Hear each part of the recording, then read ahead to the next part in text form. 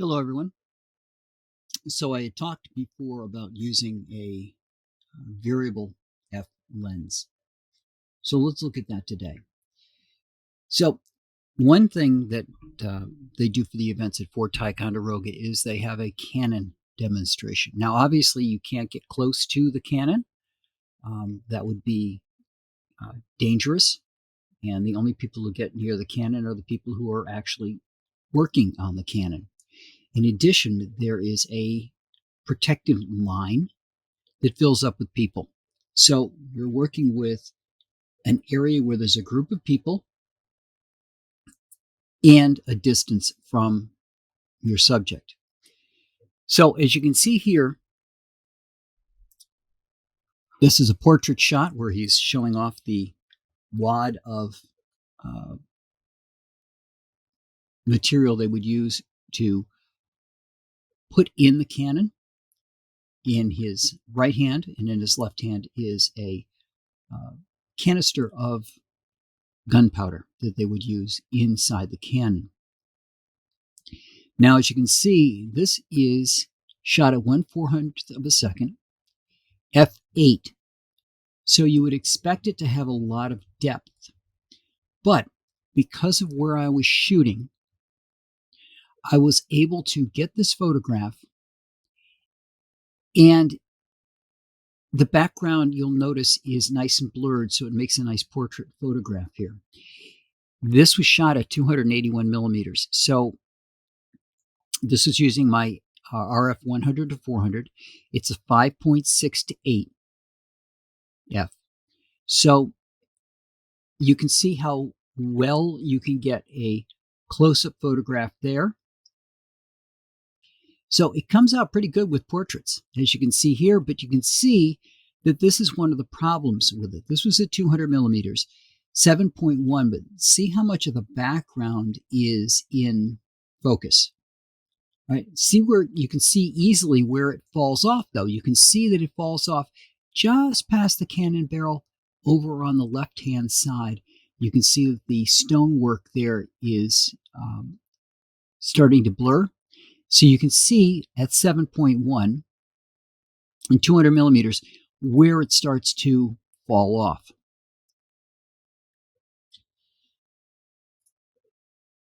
Here you'll notice that we've got a nice blur in the front, as well as the mountains are blurred in the background. Now, remember that this, when cameras do fake bokeh, they usually don't do anything about the foreground image. Now, this was at 6.3 and only at 100 millimeters, so I was well down at the lower end of what the focal length was for this lens. I was at the 100 end. But you can see that we've got that front blur, as well as we get some background blur as well. Now, one reason you might want to do this, like I said, is because of the safety issue. But let's take a look down here where I'm able to get in and see something that the audience back on the line can't really see, because the line in this photograph is over to the right. That's where most people are standing. So I can see these guys rolling this in, and I can get this nice, sharp close-up. And this was just at 100 millimeters. So if I had, I think there's a 24 to 105, that would have been perfect for doing this particular photograph. And now we're going to get a little more detail. So this is something that would be very difficult to get under any circumstance. This is at 400 millimeters. All right. So it's at f8. I don't really care about the depth of the focus because the area that I really care about is so small. Just his hand on a protective cover that they put over the hole that they will pour the gunpowder into, and then they'll put a protective cover over it to make sure that it doesn't get damp, for example. But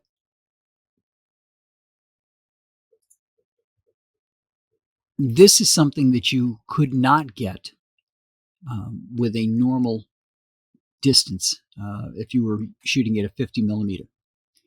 So as you can see here, not only do we still have, we can still see the flame coming off the hemp cord that they used to light the cannon. You can see at the cannon hole the burning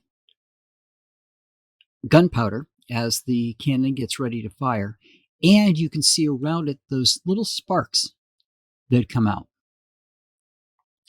And I wanted to point these out for a couple of reasons today. First of all, when you're taking photographs, make sure that you're paying attention to everything going on in an event. Look for things that people wouldn't be able to normally see. And if you've got a nice telephoto lens,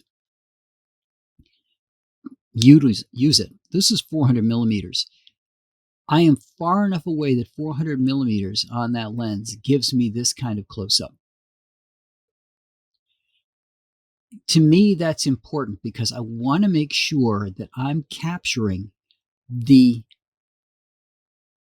entirety of the event, but I want to also get those details. And this year is going to be a lot about details.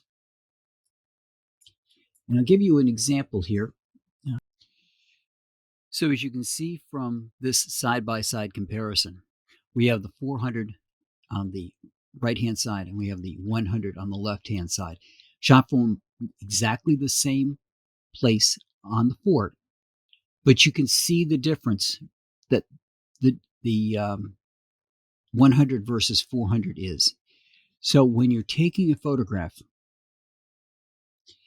for example, where I've got the ignition of the cannon, you can get in very close, but most importantly, you can get in close from a safe distance. It also allows you to stay behind safety lines, and depending on how many people are there, it allows you to get past the people. Now, I've taken photographs over the years of the musket demonstrations.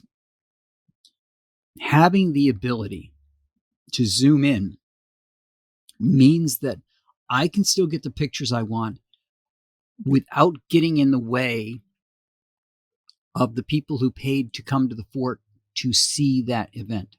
All right.